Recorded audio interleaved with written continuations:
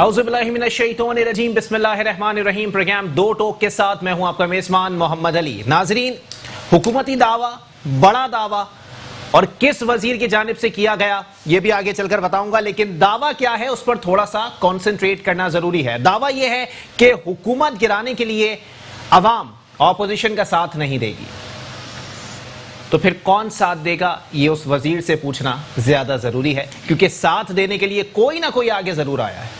क्योंकि ऑपोजिशन के जो माजी के बयानात थे वो महज एक पॉलिटिकल मज़ाहिमत मालूम होती थी, लेकिन आज जो ऑपोजिशन की जानिब से वाज़े तौर पर बयानात दिए जाते हैं उसमें कहीं ना कहीं बॉडी लैंग्वेज देखना जरूरी है।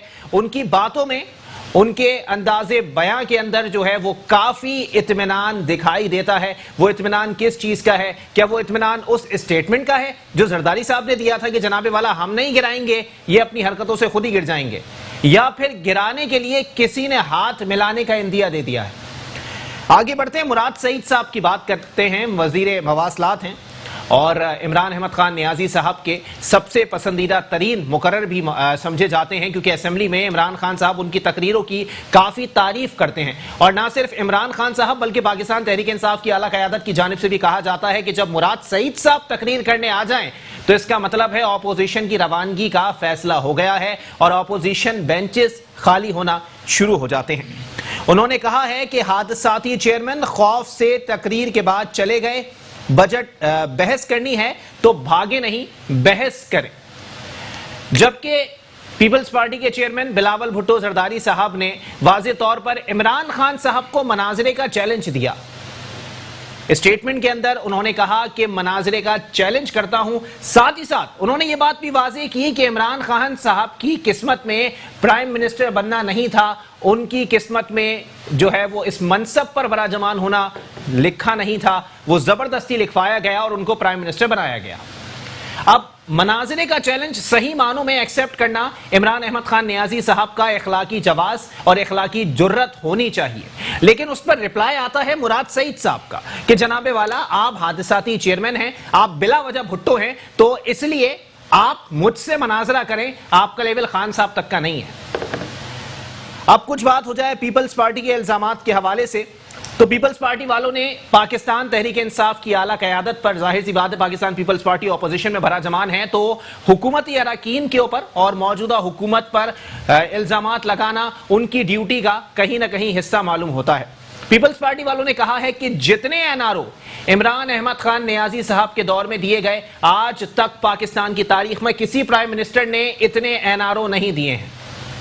हत्ता कि बिलावल साहब ने यह बात तक कह दी कि कुलभूषण यादव, जिसने वाज़े तौर पर एतराफ जुर्म किया है, उसको एनआरओ देने के लिए प्राइम मिनिस्टर साहब अपना किरदार अदा कर रहे हैं। इस बात में कितनी सदाकत है, क्योंकि बार बार काउंसलर रसाई कहीं ना कहीं कुछ बातों को, कुछ शुकूक को, शुबहात को जन्म देती है। और अगर किसी के लिए मोदी साहब जो कि प्राइम मिनिस्टर हैं इंडिया के, उनके लिए कोई दुख दर्द मौजूद है तो बेझिझक ये बात हर कोई करता है और आगे भी करेगा। जो मोदी का यार है वो गद्दार है, अब चाहे वो कोई भी हो। अब आगे बढ़ जाते हैं, तो साथ ही साथ फवाद चौधरी साहब, द ग्रेट चौधरी, जो एक चौधरी वजारत चला रहे हैं, उन्होंने एक बार फिर रुयत हिलाल कमेटी से पंगा लेने का फैसला किया और वो पंगा उन्होंने ले लिया। मैं एक बात यहां पर जानना चाहता हूं कि अब तक कितने पाकिस्तानी चांद पर कदम रख चुके हैं? कोई बता सकता है ये बात? नहीं बता सकता, क्योंकि है ही नहीं। लेकिन अगर मैं चांद देखने की बात करूं तो पता लग जाएगा 3 लोग मुसलसल सिर्फ चांद देखने के ऊपर बहस करते हैं, जिसमें मुफ्ती मुनीबुर रहमान साहब, पोपलजई साहब और तीसरे फवाद चौधरी साहब आ गए हैं। फवाद चौधरी साहब को यह सोचना चाहिए कि चांद पर जाने के लिए कुछ वसाइल पैदा करें। चांद देखना तो आवाम भी अंधी थोड़ी है, देख लेगी चांद, पहले दिन का है, दूसरे दिन का है, दिख जाएगा, कोई फर्क नहीं पड़ता। खैर, बिलावल साहब, एक बार फिर उनका जिक्र आया है, उन्होंने फिर वही स्टेटमेंट दोबारा बता दूं कि उनकी किस्मत में प्राइम मिनिस्टर साहब बनना नहीं था, लेकिन इसके बावजूद भी वो प्राइम मिनिस्टर बन गए। नैब की गिरफ्तारियां जारी हैं, नैब की कार्रवाइयां जारी हैं और उस पर PMLN के रहनुमा, सीनियर रहनुमा हैं, बहुत तुंदो तेज उनकी बातें होती हैं। राना सनाउल्लाह साहब, भुगत के वो एंटी नार्कोटिक्स आए हैं, लेकिन उन्होंने नैब को घर भेजने का मुतालबा कर दिया है। अगर एंटी नार्कोटिक्स को वो बोल देते कि इसको खत्म कर दो तो चलो समझ में आता था कि अंदर कुछ भुगत के आए हैं, लेकिन नैब को खत्म करने का मुतालबा राना सनाउल्लाह साहब ने कर दिया है, जबकि एहसन इकबाल साहब को करना चाहिए था। इसी पर बात करेंगे। हमारे साथ सबसे पहले हुक्मरान जमात पाकिस्तान तहरीक इंसाफ के रहनुमा आरिफुल्लाह जदून साहब मौजूद हैं। बहुत शुक्रिया आरिफ भाई, आपने अपना कीमती वक्त इनायत किया। मुस्लिम लीग नून से मुझे ज्वाइन किया है नायब सदर हैं सिंध के फहद शफीक साहब ने, बहुत शुक्रिया फहद भाई, आपने भी अपना कीमती वक्त इनायत किया। जबकि पाकिस्तान पीपल्स पार्टी से मुझे ज्वाइन किया है मीर समद ब्रोही साहब ने, बहुत शुक्रिया समद भाई, आपने भी अपना कीमती वक्त इनायत किया। आरिफ भाई, गुफ्तगू का आगाज सर मैं आपसे ही करूंगा। बताइएगा सर, ये बात किसने कही है, कब कही है, किस कॉन्टेक्स्ट में कही है? सियासी बयान है, जज्बाती बयान है, दवा का नाका है कि अगर ऑपोजिशन हुकूमत गिराने निकलती है तो अवाम साथ नहीं देंगे? बिस्मिल्लाहिर्रहमानिर्रहीम, इय्याका नअबुदु व इय्याका नस्तईन। सबसे पहले आपका शुक्रिया अदा करते, आपने पार्टी का मौक़िफ़ पेश करने का मौका दिया, आपका शुक्रिया। सबसे पहले जो आपने बात की कि ये बात किसने कही कि आवाम साथ नहीं देगा, आपके सामने जब से हुकूमत बनी है डे वन से लेकर पहले दिन खान साहब को अपनी जो विक्ट्री स्पीच है वो करने नहीं दी गई थी पार्लियामेंट में, जो शोर शराबा था आप सबके सामने। तो डे वन से लेकर आज तक अपोजिशन इसी में लगी है कि हुकूमत को गिराए, कब गिराए, कैसे गिराए, और उसका एक अमली मुजाहिरा मौलाना फजल रहमान साहब के धरने पे खर्चा करके पीपल पार्टी असफ अली जरदारी साहब ने और उनकी टीम ने अपनी ख्वाहिश भी पूरी की। अच्छा, वहाँ से नहीं हो सका, आज दोबारा से वो लोग बातें कर रहे हैं, सेलेक्टेड प्राइम मिनिस्टर ये वो। दूसरी बात, आपने बिलावल की बात की कि बिलावल साहब कह रहे हैं कि इमरान खान की किस्मत में वज़ीर आज़म बनना नहीं था। देखो, इमरान खान हादिसाती तौर पे वज़ीर आज़म पाकिस्तान नहीं बना। अच्छा। इसके लिए इमरान खान ने 22 साल जद्दोजहद की, कोशिश की, पार्टी बनाई और फिर तिनका जोड़ा, फिर 22 साल जाके उसने इलेक्शन जीता, आवाम के मैंडेट से आया। अच्छा। और जहाँ तक बिलावल की बात है तो उसकी किस्मत में पार्टी का चेयरमैन बनना नहीं था, वो बस हादिसाती तौर पर उनका वालदा शहीद होती है, जोड़कर हुकूमत बनाई। हाँ। अच्छा, लेकिन वो तिनके फिर बाद में कहाँ चले गए जब हुकूमत आ गई? अब तो आप लोग किराए के अब भी मौजूद है, कोई कराया कि वो नहीं है। ये अच्छा। देखो, जहाँ तक इत्तेहादियों की बात है, ये एक पॉलिटिकल नहीं ना, पाकिस्तान गिले शिकवे आ जाते हैं, गिले शिकवे भी आ जाते हैं और हर पार्टी का अपना एक मंशूर होता है, उसके तहत यानी कि इख्तिलाफात आ जाते हैं। अच्छा। लेकिन हुकूमत अपनी जगह पे कायम है और इंशाल्लाह कायम व दायम रहेगी। जहाँ तक जो गिराने की बातें कर रहे, उन्होंने तो तीन गवर्नमेंटें की, वो अपना रिजल्ट बताए, वो अपनी कारकिर्दगी बताए। और जहाँ तक बिलावल की बात है तो पीपल पार्टी के पास ऑलरेडी सिंध में गवर्नमेंट मौजूद है, यहाँ करके दिखाए। कराची में 20 मिनट का बारिश होता है तो फिर 20 दिन वो पानी नहीं निकलता। यहाँ पे स्कूल का सिस्टम, हॉस्पिटल का सिस्टम, सारा कुछ। अब हम सिंधी अवाम जो है वो अजरक का मास्क पहन के गुजारा करेंगे और अजरक की नंबर प्लेट लगा के गुजारा करेंगे। यही हमारी सियासत है और यही हमारी वो है। और जहाँ तक हुकूमत गिराने की बात है, अपोजिशन अपना शौक पूरा करे। अपोजिशन की तो अपनी किश्ती में तलातम है, वो कभी भी किनारे नहीं लग सकती। एक दूसरे पे इल्जामात लगाने वाले, आज आपने राना सनाउल्लाह की बात की, आपने नेब की बात की, यही पीपल पार्टी और यही मुस्लिम लीग नून गुज़श्ता 30 सालों से एक दूसरे पे इल्जामात। आपने जो है मेरे खिलाफ इंतकामी कार्रवाई की, हमने की। आसिफ अली जरदारी कह रहे कि मैं 12 साल नवाज शरीफ की वजह से जेल में रहा, इंतकामी कार्रवाई की। वो लोग कहते कि पीपल पार्टी ने इंतकामी कार्रवाई की। नेब किसने बनाया? नेब इनका बनाया हुआ चेयरमैन है, इनका लगाया हुआ चेयरमैन है, अपोजिशन और हुकूमत का लगाया हुआ चेयरमैन है। आज उनसे भी गिला करते। और जहाँ तक नेब में जो केसेस चल रहे हैं, पाकिस्तान तहरीक इंसाफ, मैं बात कंप्लीट कर लो सर, मैं बात कंप्लीट कर लो सर। इनके जो केसेस चल रहे हैं, चाहे पीपल पार्टी के लोगों का हो या मुस्लिम लीग नून का हो, ये सारे केसेस इन्होंने एक दूसरे के खिलाफ खुद बनाए। पाकिस्तान तहरीक इंसाफ ने एक भी केस नहीं बनाया इन लोगों के ऊपर। अच्छा। एक भी केस पाकिस्तान तहरीक इंसाफ ने नहीं बनाया कि ये भुगते। इनकी पुराने केसेस है, पुराने केसों में इनकी गिरफ्तारियां होती है, इन्होंने एक दूसरे के खिलाफ बनाया। अब जाके पेशी बुक तो वहाँ वजाहत है, तो वहां से अपनी जान छोड़ाओ अदालत से। और जहाँ तक इमरान खान पे तनकीद की बात है, आप बेशक इमरान खान पे तनकीद करे, लेकिन अपने गिरवानों में भी जानने की जरूरत है। चले ठीक है, मेरे सवालात बहुत हैं आरिफ भाई, सारा टाइम आपकी तरफ ही निकल जाएगा, लेकिन मुझे आगे बढ़ना है। फहद शफीक साहब, जनाब वाला बताइएगा सर, राना सनाउल्लाह साहब कह रहे हैं कि जी नैब को ही घर भेज दो, हालांकि नैब खुद विकटे लेता फिर रहा है। जरा बताएं सर, अपनी कश्ती में तलातुम है और दूसरों के सुराख तलाश करते फिर रहे हैं, समझ नहीं आ रही बात मुझे। बिस्मिल्लाहिर्रहमानिर्रहीम।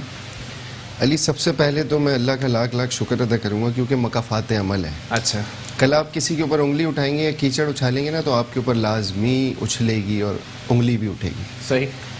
आज जो ये बातें माजी की, जो मुस्लिम लीग नून की 5 साल की गवर्नमेंट रही, उसमें जो इमरान खान साहब जो कि हादसाती तौर पर प्राइम मिनिस्टर बने, मैं भी इसको सेकंड करूंगा। अच्छा, क्योंकि और कोई सिलेक्शन प्राइम मिनिस्टर हादसाती तौर पे। यस। अच्छा, तो उन्होंने जितनी बातें की, मुझे बताएं आप, एक भी पूरी की?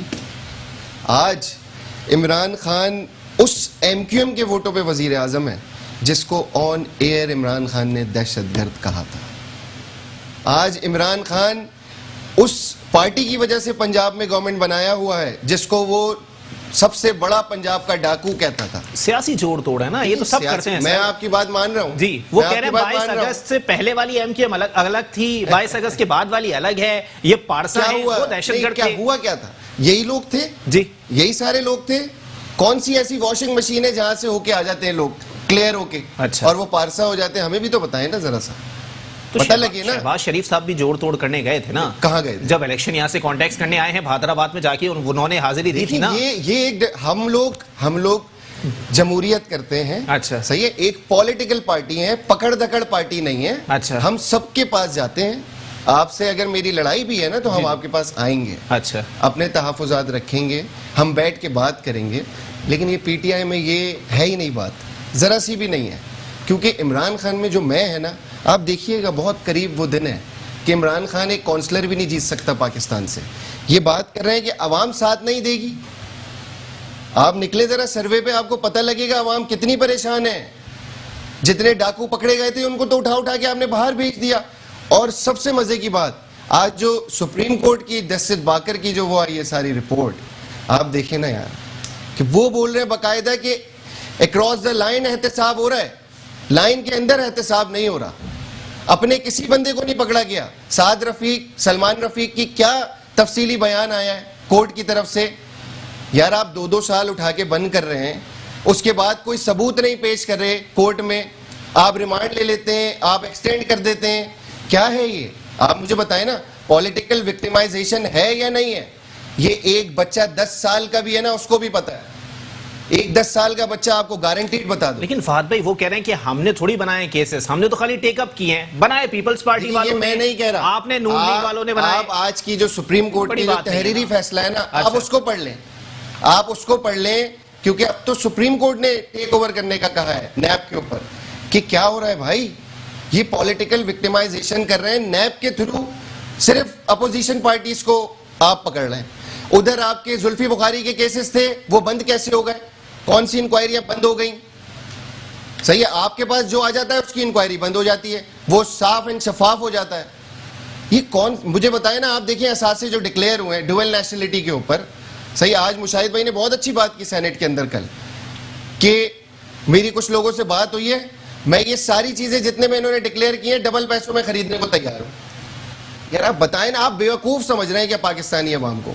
चले आप बेवकूफ समझ लें, लेकिन आप डिलीवर तो करें कम से कम।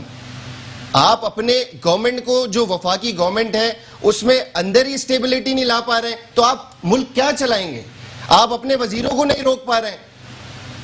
कौन सा वजीर है ये मुझे बताएं ना। मुराद सईद जो आज प्रेस कॉन्फ्रेंस कर रहे थे, ये वजीर इत्तलात को करनी चाहिए थी, नहीं करनी चाहिए थी? यार आप अपनी कंसर्न मिनिस्ट्रियों में तो काम करें। जिधर किसी के खिलाफ केस खुलता है उसको आप वजारत से हटाते हैं और ले जाके दूसरे खूंटे पे बांध देते हैं। ये कौन सा तरीका है?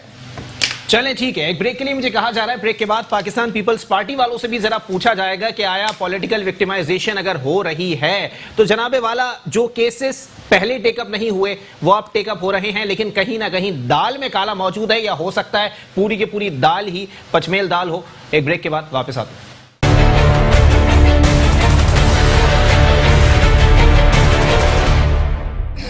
वेलकम बैक नाज़रीन, प्रोग्राम के सिलसिले को आगे बढ़ाएंगे। पाकिस्तान पीपल्स पार्टी से मीर समद बरूही साहब मेरे साथ मौजूद हैं। समद भाई, जनाबे वाला बताइएगा, बिलावल भुट्टो साहब कहते हैं कि जी किस्मत में वजीर आजम बनना नहीं था लेकिन फिर भी बन गए।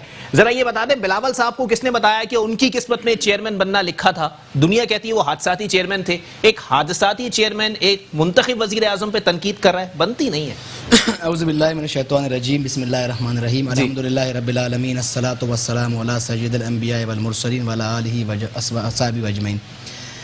देखिए अली भाई, बात यह है कि मैं समझता हूँ कि जिस वज़ीर का ये स्टेटमेंट है, मैं अपने आप को एक छोटे से कारकुन की हैसियत से उसको जवाब देना अपने लिए ज़ेबदार नहीं समझता। अच्छा, बुनियादी वजह यह है कि मैं बिल्कुल एक ग्राउंड का और ग्रास रूट वर्कर हूँ और अल्हम्दुलिल्लाह मैंने बहुत ग्रास रूट वर्कर से पॉलिटिक्स की है और मेरे नस्लों ने पॉलिटिक्स की है। अच्छा। इसकी बुनियाद पर मैं आज आपके प्रोग्राम में बैठा हुआ हूँ।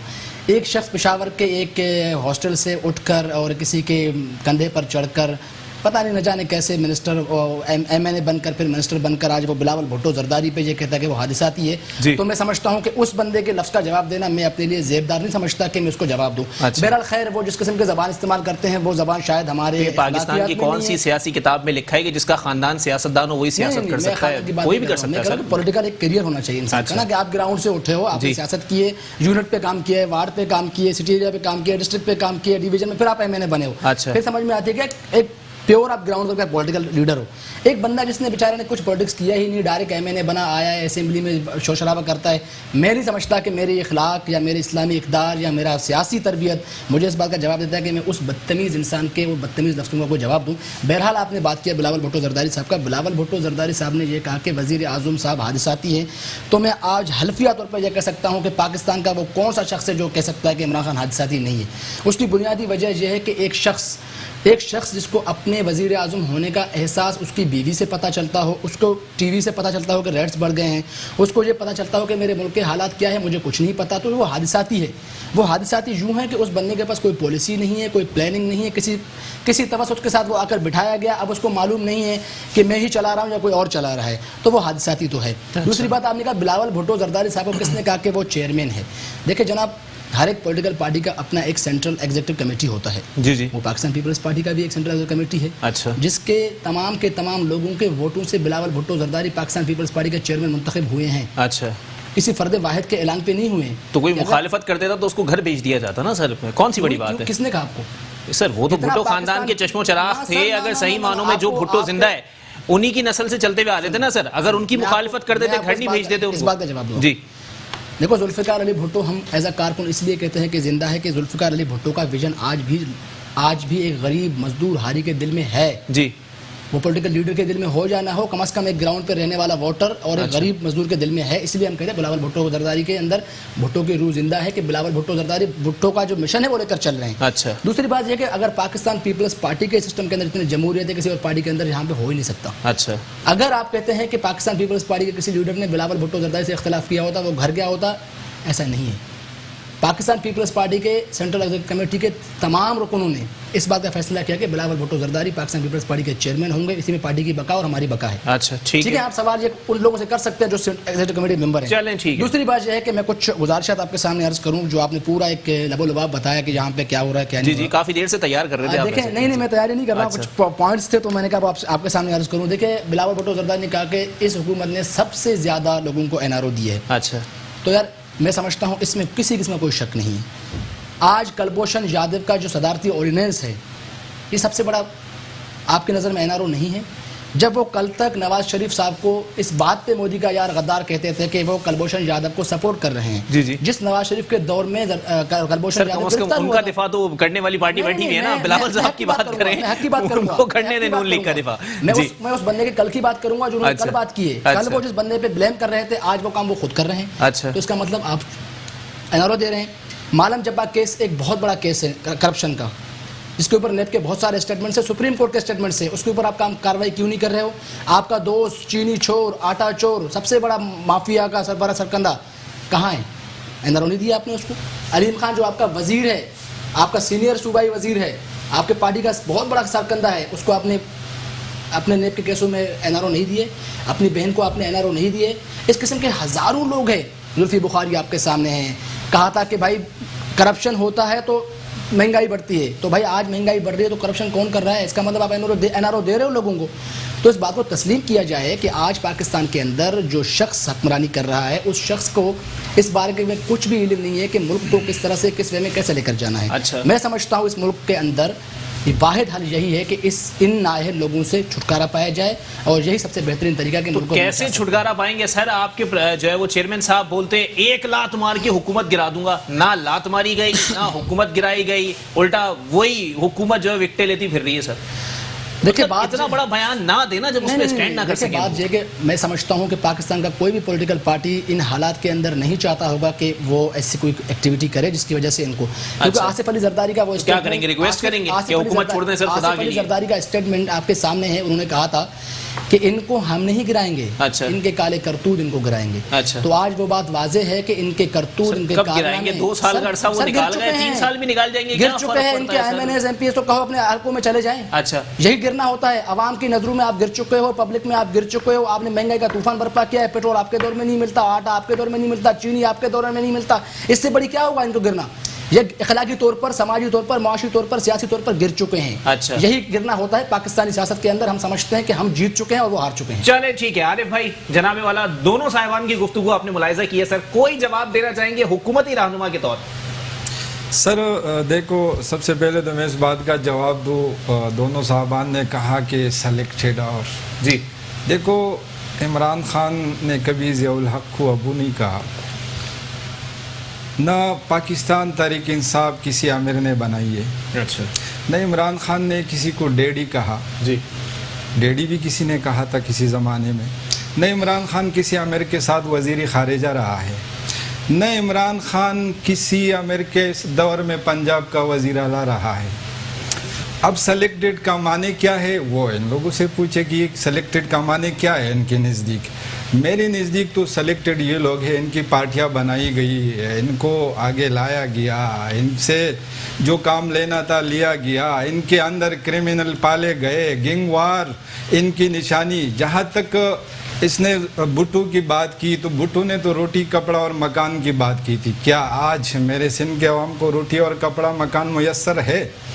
दूसरी बात, भाई ने बात की 18वीं तरमीम मौजूद है, 18वीं तरमीम मौजूद है, और इनका क्रेडिट ये लोग ले रहे हैं कि ये आसिफ अली जरदारी का कारनामा था 18वीं तरमीम। ठीक है, था, आप डिलीवर करो ना। सिंध के अवाम को क्यों डिलीवर नहीं करते हो? क्या हो रहा है कराची में, क्या हो रहा है इंटीरियर सिंध में, हैदराबाद, मीरपुर खास जाए, मुझे कोई एक अस्पताल बताएं, कोई एक स्कूल बताएं जहाँ पे प्राइवेट लेवल की एजुकेशन हो। नहीं, सारे मेरे और आपके बच्चे, हम सब के बच्चे प्राइवेट स्कूलों में। क्यों?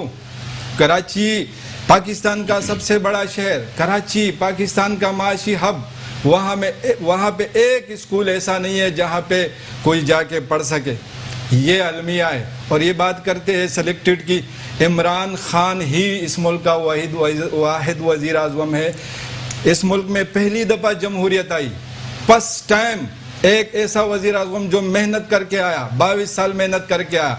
दूसरी बात, इनकी अपने जो केसेस चल रहे हैं, अब भाई ने बात की साद रफीक और सलमान रफीक के केस का हवाला दिया। अच्छा। कि जज ने क्या लिखा है पढ़ो। भाई जज ने जो नवाज शरीफ के फैसले में लिखा है वो तो पढ़ो, उस पर तो अमल करो। आज जज आपको बहुत अच्छा लगा, आज आपको जज बहुत अच्छा लग रहा है कि क्या लिख रहे हैं जज। भाई जज ने इससे पहले जो फैसलों में लिखा है वो भी पढ़ो। अच्छा, उस पे तो अमल करो। जज की बात कर रहे हैं, उसको तस्लीम कर लो, उसको तो तस्लीम कर लो।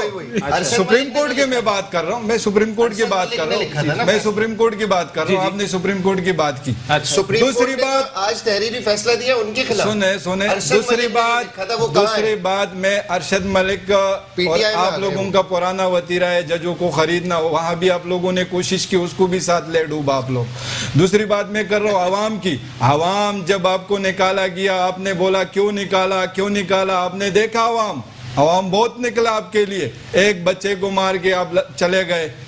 आप क्या कर रहे हो लंदन में? आ जाओ ना इस मुल्क में, जब आवाम है जब आवाम आपके लिए निकल रहे, जैसे भाई ने बात किया कि अभी तुम देखो जब निकल रहे तो क्यों चुपे हुए हो? आओ, क़यादत करो अपनी वर्कर्स की, अपने टीम्स की, अपनी पार्टी की। क़यादत आप कर नहीं रहे हो, मियां साहब पे मैं आना आप बीमारी का बहाना करके चले गए। जहांगीर तरीन साहब के हवाले से कुछ बताना पसंद करेंगे सर कि वो किस कॉन्टेक्स्ट के अंदर बात करके यहाँ पे लोगों को मराद देकर और वो लंदन चले गए? देखो अगर जहांगीर तरीन के खिलाफ फैसला आया, जी चीनी में उसका नाम आया, जी ठीक है। आज बिलावल साहब भी पार्लियामेंट में चीनी चोर जबकि पाकिस्तान में सबसे ज्यादा मिले उसके बाप का, अच्छा वो भी चीनी चोर। अगर जहांगीर तरीन के खिलाफ देखो, अगर पार्टी ने किसी फोरम पर किसी एक वर्कर ने भी जहांगीर तरीन का दिफा किया हो तो आप बता दे, उसको सजा मिलनी चाहिए। अगर उसमें है कोई करप्शन है, या उसने अगर सब्सिडी ली या सिर्फ उसने ली, उसको सजा मिलनी चाहिए। अच्छा। अगर वो भागा हुआ है उसको भी पाकिस्तान आना चाहिए, लेकिन ऐसा नहीं है। अच्छा। वो सामना करेगा अदालतों का। अच्छा। वो आएगा। पार्टी की किसी वर्कर ने आज तक उनकी चीनी की मिल की जो है दिफा नहीं किए कि वो ऐसा है जैसे ये लोग कर रहे। देखो इमरान खान पर तनकीद सबका हक है, जी। लेकिन जो लुट मार हुई है पाकिस्तान में गुज़श्ता 70 सालों से, अच्छा। उसका दिफा करना जो है जुर्म है जो ये लोग कर रहे हैं। अच्छा, लेकिन उसका दिफा नहीं होना चाहिए। मिनिस्ट्री ऑफ मवासलात की जो मिनिस्ट्री है मुराद सईद साहब की, उसकी जो रिपोर्ट आई है 18 अरब रुपए करप्शन की, या ऑडिटर जनरल की जो रिपोर्ट इस्लामाबाद से आई है 247 अरब रुपए करप्शन की, 2 साल में रिकॉर्ड अच्छा है, स्कोर अच्छा है माशाल्लाह। ऐसी इनिंग्स खेलेंगे। देखो ये जो आप बात कर रहे हो ना, उसके लिए पाकिस्तान तहरीक इंसाफ कभी रैली नहीं निकालेगी। अच्छा, अगर मुराद सईद के ऊपर कोई करप्शन आया, मैं ये ऑन द एयर अब बात कर रहा हूँ, अगर मुराद सईद गिरफ्तार होता है, उसके ऊपर कोई जुर्म आता है और वो नाअहल हो जाता है, पाकिस्तान तहरीक इंसाफ रैलियां नहीं निकालेगी, उसको बचाएगी नहीं अदालतों से, सुप्रीम कोर्ट पे जाके हमला नहीं करेगी। अच्छा, सुप्रीम कोर्ट पे जाके हमला नहीं करेगी, जजों को धमकी नहीं देगी। ये मैं लिख के देने के लिए तैयार हूँ कि पाकिस्तान तहरीक इंसाफ किसी करप्ट इंसान के लिए दिफा में नहीं आए। चले ठीक है, एक ब्रेक के लिए मुझे कहा जा रहा है, ब्रेक के बाद प्रोग्राम को यहीं से कंटिन्यू करेंगे। फहद शफीक साहब से पूछेंगे कि आया अगर जहांगीर तरीन साहब पे तनकीद होती है, वो तो बेचारे अभी गए हैं, मियां साहब पहले से गए हुए हैं, सब वापस आ गए, दवाई लेकर वापस आना कुछ ज्यादा मुश्किल काम नहीं है। लेकिन एक ब्रेक के बाद सवाल पूछा जाएगा। वेलकम बैक नाज़रीन, प्रोग्राम के सिलसिले को आगे बढ़ाएंगे। फहद शफीक साहब, जनाबे वाला बताइएगा सर, लंदन आपके लिए भी उतना ही दूर है जितना जहांगीर तरीन साहब के लिए, जरा बताइएगा सर। दवाई लेने गए थे मियां साहब, अब तक वापस नहीं आए, क्या वजह है सर? आएंगे भी या बस फुलझड़ी है? नहीं, देखिए बिल्कुल मियां साहब वापस आएंगे, 100% आएंगे, माजी में भी आते रहे हैं। और इन लोगों को ये बात करने से पहले थोड़ा सा सोचना चाहिए और शर्म आनी चाहिए कि जब मियां नवाज शरीफ को सज़ा हो गई थी तो अपनी बेटी को लेके आए थे। सही है, आज आपके खिलाफ केसेस खुलने वाले थे तो आप लंदन भाग गए। मियां साहब लाजमी 110% आएंगे, ये आप भी जानते, ये पूरा पाकिस्तान जानता है। अच्छा, एक नॉर्मल आदमी भी होगा ना तो वो अपनी औलाद को लेके नहीं आएगा, और आके स्ट्रेट अवे जेल में गए थे। सही है, तो आप मतलब उसकी हिस्ट्री पहले देख लेते हैं। तो पहले इमरान खान के 2 बच्चे तो लेके आए, 2 बच्चे इमरान खान के तो लेके आए, सीता वाट भी लाए साथ में। सही है, लेकिन बहुत सारी चीजें मैं ये नहीं चाहता, मैं ये चाहता हूँ कि आपके प्रोग्राम का टाइम भी जाया ना हो। सही है, टाइम भी जाया ना हो आपके प्रोग्राम का।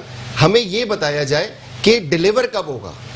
2 साल 2.25 साल आपकी गवर्नमेंट को हो गए आए हुए। अच्छा, आपके 100 दिन के वादे, आपके 120 दिन के वादे, आपके 200 दिन के वादे। अच्छा, अवाम कितनी परेशान है, अवाम के लिए प्रोग्राम होते हैं ना ये सारे टॉक शो, पर्सनल कोई लड़ाई झगड़े नहीं होते। अच्छा, अवाम के लिए प्रोग्राम होते हैं। अवाम कितनी सदाकत है सर? कुछ नहीं है, 25 MPs जाके मुलाकात कर में। देखिए ये सारी बातें जब इनको पता लगता है ना कि बस अभी हमारे ऊपर आने वाली है कहानी। अच्छा, तो ये चक्कर शुरू हो जाता है। अच्छा, कोई इसमें सदाकत नहीं है, कोई फूट नहीं है।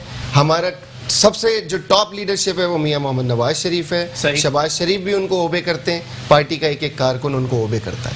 सही है, कोई फूट नहीं है। और दूसरी चीज़ ये देखें अली, मैं एक चीज़ जानता हूँ कि नवाज शरीफ की जब गवर्नमेंट थी ना तो पॉलिसीज़ थी, काम हुए, वही कामों के आज इफ्तिताह किए 2-2.5 साल में इन्होंने।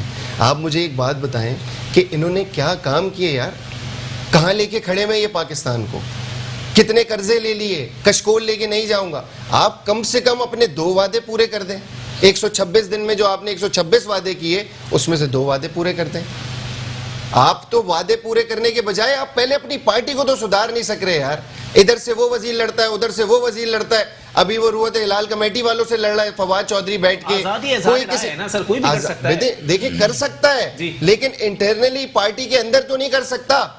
ये किसने कहा? एक हिरारकी फॉलो होती है किसी के साथ में। मैं आपको एक बात बताऊं, मैं आपको एक छोटी सी बात बताऊं, मैं एक छोटी सी बात बताऊं कि कोई एक कंपनी भी होती है ना, उसमें हिरारकी फॉलो करना लाजमी होती है। जब तक वो अपने बॉस को ओबे नहीं करेगा वो कंपनी नहीं चल सकती। पार्टियां कंपनियों की तरह चलती है सर। नहीं, मैं एक बात मिसाल दे रहा हूँ।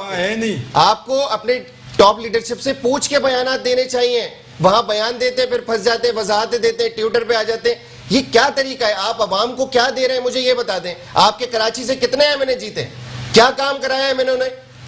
सब घरों पे सोते। आपने देखा अपने हल्के के एमएनए को कभी बाहर काम करते हुए? काम कराया था, बाद में वो जो ठेकेदार है वही भाग गया था, नजीब हारून साहब। सही है जी। मुझे आप बताएं ना यार, क्या हाल कर दिया है इस कराची से। आप एमएनए बने, आपने सबसे पहला झूठ बोला कि कराची से वजीर आजम। कहां गया वो वजीर आजम? वो कितनी दफा कराची आता है? वो कितने आपके एमपीएस एमएनओ ने काम करा लिए? कुछ नहीं कर सकते, कुछ नहीं कर सकते। आवाम को बेवकूफ बना रहे। मैं देखता हूं और आपके प्रोग्राम में बैठ के देखता हूं कि ये 3 साल जो 2.5 साल इनके रह गए, ये क्या करते हैं? इन्होंने एक ईंट भी लगाई है। एक बात है, देखिए सही मानों में आप लोग बड़ी तनकीद कर रहे हैं, बड़ी खुल के ऑपोजिशन बात कर रही है। मैं आप लोगों को इस बात पे खराज तहसीन पेश करता हूं कि आप लोग बहुत बात कर रहे हैं, लेकिन सर उसके बावजूद जब भी तो नैब के केसेस बन रहे हैं। नहीं सर, मैं आपको एक बात बताऊं ना सर, आप लोग सिर्फ बात कर रहे हैं। कोई बिल पास करवाना होता है असेंबली से इतनी आसानी से निकल जाता है सर जितना सुई के अंदर से धागा। देखिए अली, मैं इस पे आपको एक आदम एतमाद ही ले आए। कुछ तो आवाम को लगे कि ऑपोजिशन ने भी अपना किरदार अदा कर दिया। अपना किरदार 100% अदा कर रही है। अच्छा, इस वक्त कैसे? आप देखिए ना, सेनेट का इलेक्शन आपको याद है जी? सेनेट का इलेक्शन आपको याद है? बिल्कुल याद है। क्या हुआ था सेनेट में? सादिक संजरानी साहब दोबारा जीत के आ गए थे। सही है, कैसे आ गए थे सर? वो तो अंदर जो रायशुमारी हुई है, जीत के आ गए। कौन सी बड़ी बात है? रायशुमारी में अपोजिशन अपर एंड पे थी। अच्छा, सेनेट के अंदर। ठीक है, वो फिर भी जीत गए। अच्छा, क्या होता रहा है पाकिस्तान में?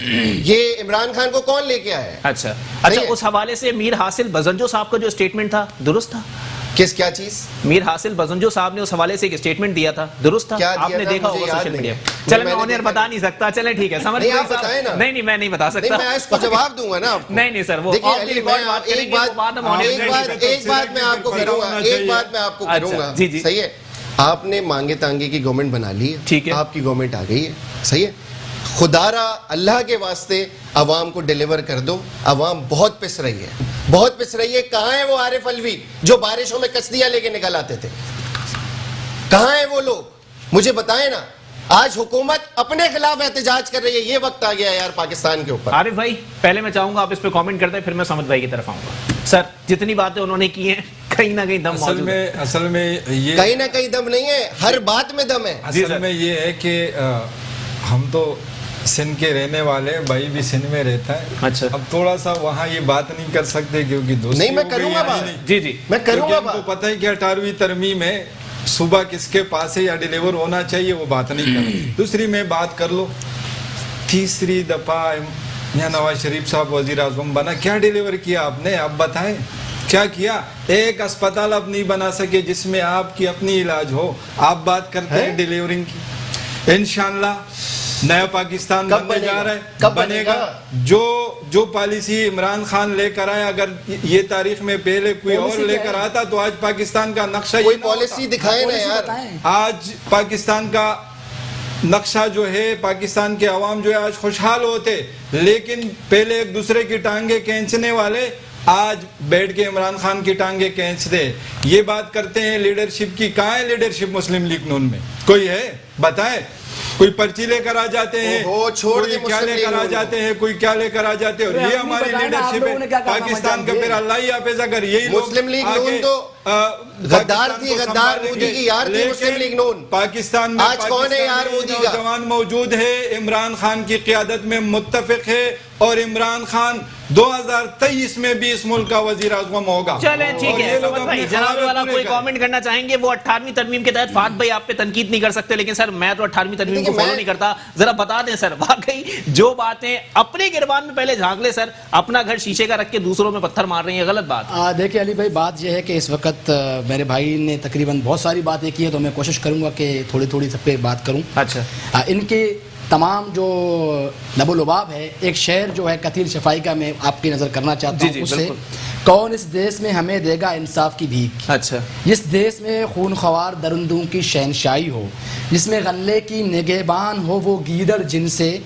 कहत व अफलास की भूतों ने भी अमान चाहिए हो। अच्छा। तो इस वक्त ये जो हुक्मरानी करने वाले लोग हैं, इसमें थर का हाल अहवाल लिखा हुआ है। बिल्कुल बिल्कुल। आप थर, शायद मैं आपको आज आपके प्रोग्राम के अंदर कहता हूँ आप थर चले मेरे साथ। जी जी। अगर आपको थर, वो थर बदला हुआ थर नजर ना आए, जो जुर्माना आप बोलें भरने को तैयार हूँ। अच्छा। आप तैयार हैं? जी जी बिल्कुल। आप मेट्रो की टीम लेकर चलें, आप अच्छा। प्रोग्राम करें, मैं आपको जुर्माना तय कर लीजिएगा और अपनी सजा पहले बता दीजिएगा। बिल्कुल बिल्कुल। अगर उस थर को आपने बदला हुआ थर नहीं देखा तो मेरा नाम बदल दीजिए। अच्छा। और अगर फुटेज के अंदर मुझे कोई ऊंच नीच दिख गई तो समझ बरोई साहब सियासत छोड़ देंगे। सर एक इतना वरना मैं टीवी पे नहीं बैठूंगा। किस तरह की ऊंच नीच आप देखना? सर बहुत सारी ऊंच नीच है, बच्चे बेचारे मर रहे हैं, 1700 बच्चे जो मर गए वो ऐसे ही मर गए। आपको एजुकेशन नजर आएगा जिस थर के अंदर? सर खाने के लिए रोटी नहीं है, पीने के लिए पानी नहीं है, एजुकेशन का जार डालना है वहाँ पे। वहाँ की औरतें आपके गैस कंपनी के साथ काम करनी है।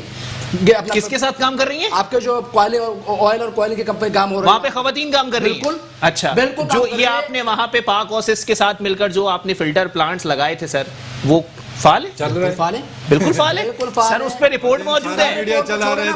मैं आपको कहता हूँ आप चले, मीडिया चला रहे थे आप। सर मैंने आपके बारे में इंटरप्ट नहीं किया, आप मेरी बात करने दें। अच्छा। मैं आपको कहता हूँ मेट्रो की टीम उठाए आप। अच्छा। आपको मैं लेकर चलता हूँ थर। जी जी। आपने अगर बदला हुआ थर देकर अगला प्रोग्राम थर के हक में नहीं किया तो मेरा नाम बदल देना। चले ठीक है। बदला हुआ थर जरा उसको जो है वो काउंटर भी कर देना सर। जरा बता दे सर, बदला हुआ थर आप किस कॉन्टेक्स्ट में कह रहे हैं, किस तरह का बदला हुआ थर? मतलब वहाँ चीलें उड़ती हुई नजर आएंगी। जी जी बिल्कुल। दूध और शहद की नहरें होंगी वहाँ पे। जिस थर के पास कुछ नहीं था, अल्हम्दुलिल्लाह अब वहाँ शहराएं बन चुकी हैं। नंबर 1 सर शाहराएं हमेशा से अच्छी हैं सर। अरबाब गुलाम रहीम साहब ने बनाई है सर। क्या हो गया? सारे फॉरेन डेलीगेट्स आएंगे तो सड़कें तो अच्छी होंगी ना सर। मैं डिस्ट्रिक्ट सांगड़ का रहने वाला हूँ। डिस्ट्रिक्ट सांगड़ से लेके उमरकोट थर तक जाने के लिए आपको घंटों का सफर करना पड़ता था, अब हम मिनटों में पहुंच जाते हैं। अच्छा। दूसरी मैंने मियाँ साहब के दौर में थर का 2 बार विजिट किया है, सड़कें ही अच्छी थी और तो कुछ अच्छा नहीं था वहाँ। चले एनआईटी यूनिवर्सिटी का कैंपस बन चुका है वहाँ पे। इससे पहले कभी थर का कोई कॉन्सेप्ट था ये वाला? हॉस्पिटल्स वहाँ पे बन चुके हैं। आपको लोगों को भाई गज़ाई किल्लत है। आप कॉलेज और यूनिवर्सिटी की बात कर रहे हैं, लोग गज़ाई किल्लत से मर रहे हैं वहाँ बच्चे, सिसकते बिलकते मर रहे हैं बच्चे। ये वाली बात गज़ाई किल्लत से, गज़ाइयत पूरी नहीं है वहाँ पे। आप बात कर रहे हो कॉलेज। देखिए सुनी सुनाई नहीं ना, हुनैर लखानी साहब भी होके आए और हलीम आदिल शेख साहब भी होकर आए, दोनों ने आके ये बात बोली है सर। हजार सी बात है वो करेंगे। हलीम आदिल के मैं हल्के का नुमाइंदा हूँ, उसको कहा यार अपने हल्के में भी आपके लोग मर रहे हैं रोज, खुदा के वास्ते कैसे मर रहे हैं? कोई वजह तो फंड तो दे नहीं रहे आप। मतलब मरने की कोई वजह होती है ना सर। वो सुगाई मेंबर है, उन्होंने नारा लगाया था कि मैं सड़के को डिफेंस बनाऊंगा। अच्छा। हमने कहा भाई डिफेंस नहीं बनाया, खुदा के वास्ते जो हमारा पुराना हल्का है उसको उसी तरह तो बना ले कम से कम। अच्छा। आपने बड़े बड़े दावे किए, वादे किए। हमारा मकसद देखो एक दूसरे का टांगे खींचना नहीं, मकसद ये है कि ये लोग पहले दिन से आए, इनके पेट में एक दर्द है कि 18वीं तरमीम 18वीं तरमीम 18वीं तरमीम। मैं भाई से पूछता हूँ कभी आज दर्द इसलिए कि डिलीवर करो ना, डिलीवर नहीं करते हो। 18वीं तरमीम के पीछे चुप जाते हो जब हम बात करते हैं। 18वीं तरमीम आपने मुताल्ला किया है खुद? क्या मैंने खुद किया है? आप मुझे बताएं कि उसके हक में हूं, मैंने खुद किया है। बिल्कुल हक में। आपके पार्टी के हर बंदा बैठकर ये कहता है इसको खत्म होना चाहिए। वो इसलिए वो कह रहे हैं कि आप कराची को हकूक नहीं दे रहे, सिंध के अवाम बिलखते हैं, कुत्ते के वैक्सीन नहीं है, लोग जो है भूख से मर रहे हैं, इस वजह से कह रहे हैं 18वीं तरमीम के पीछे आपको चुनने नहीं देंगे। आप काम करो, डिलीवर करो। इस तरह शोर शराबा करते हैं क्योंकि बात नहीं हो रही है। जो बात उन्होंने की है ना सर उस पे कमेंट करें। हम अगर बात करते हैं तो इस कांसेप्ट में करते हैं कि आप डिलीवर करो, काम करो। नहीं करोगे तो फिर 18वीं तरमीम का कोई फायदा नहीं। पाकिस्तान तहरीक इंसाफ के जीन्स के अंदर ये शुमार है कि न इनको बर्दाश्त है, न सब्र है, न नहीं बर्दाश्त है। क्यों नहीं है? आपने बहुत सारे जो आपकी एक बात शुरू कर देखो, सबसे पहले जो आप सिलेक्टेड बोलते हैं ये कोई बर्दाश्त की बात है? हम बर्दाश्त कर रहे हैं। मैं आता हूं, अपना जवाब मुकम्मल करें फिर मैं फातह की तरफ आईना दिखाएंगे भाई जी। बर्दाश्त कर रहे हैं, आईना दिखाएंगे जी। बैठे हो कुछ हो ही नहीं रहा, हम आईना दिखाएंगे। चले समझ भाई आप अपना बता देना। मैं आ रहा हूं। अरे भाई मैं 13वां साल में मुझे बताओ बजट कितना खर्च हो रहा है? आप कराची की बात कर रहे हो, कराची में बजट अभी इस बजट में कितने पैसे रखे गए? पिछले बजट में कितने थे? वो दिए गए, वो लगे कराची में। चलें ठीक है अरे भाई मैं आपकी तरफ आ रहा हूँ जी। समझ भाई अब बोलूं मैं कुछ? जी बिल्कुल बोले। अगर भाई इजाजत दे दूं? इजाजत है भाई, इजाजत है। सही।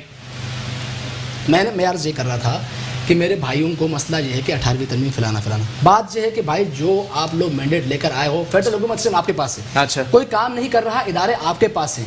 आप लोगों ने नेब को अपना बगल बच्चा बनाया है, लोगों के खिलाफ इस्तेमाल करने के लिए, साजिशें करने के लिए, गेम ओवर करने के लिए, इंजीनियरिंग करने के लिए, तो भाई उस नेब को आप उस चीजों पे क्यों लेके नहीं जाते हो जो आपके अंदर चोरियां हो रही। अच्छा, हमारा अलीम आदिल शेख साहब पे इंक्वायरी शुरू हो गई है, नूरुल हक कादरी साहब पे इंक्वायरी शुरू हो गई है। इंक्वायरी होगा। अच्छा, इनके दौर में ना ये सिर्फ इंक्वायरी होगा। अच्छा, जितनी लैंड ग्रैबिंग इस एरियाज में पीटीआई के लोगों ने किया है ना इस दौर में, मिसाल के तौर पे नाम ले लें 2-4 का। किसका? 2-4 सबसे पहला लैंड ग्रैबिंग किया अलीम आदिल शेख साहब ने। सबसे बड़ा लैंड ग्रैबर मैं बताऊंगा आपको। अब पकड़ो ना, मैं किसके पास है? आपको बताऊंगा अलीम आदिल शेख ने कितने प्रोजेक्ट किए इसके कराची के अंदर। अच्छा, कि आप एक ग्रेबर को नहीं पकड़ सकते, अगर सबूत है उसने ग्रेबिंग की तो आप गिरफ्तार करो। अगर एसबीसी आपके पास है ना सर, एसबीसी आपके पास है, एंटी करप्शन आपके पास है, केडी आपके पास है, कार्रवाई भी तो आप ही करेंगे ना सर, याजूद माजूद थोड़ी आएंगे। बिल्कुल बिल्कुल, एंटी करप्शन में साहब पे केस बन चुका है। अच्छा, अल्हम्दुलिल्लाह उस एंटी करप्शन को वो लेके अदालत में बैठे हैं कि यार हमारे ऊपर स्टे लेके हम पे केस ना बने। अच्छा, प्रॉब्लम ये है कि आप उस नेब को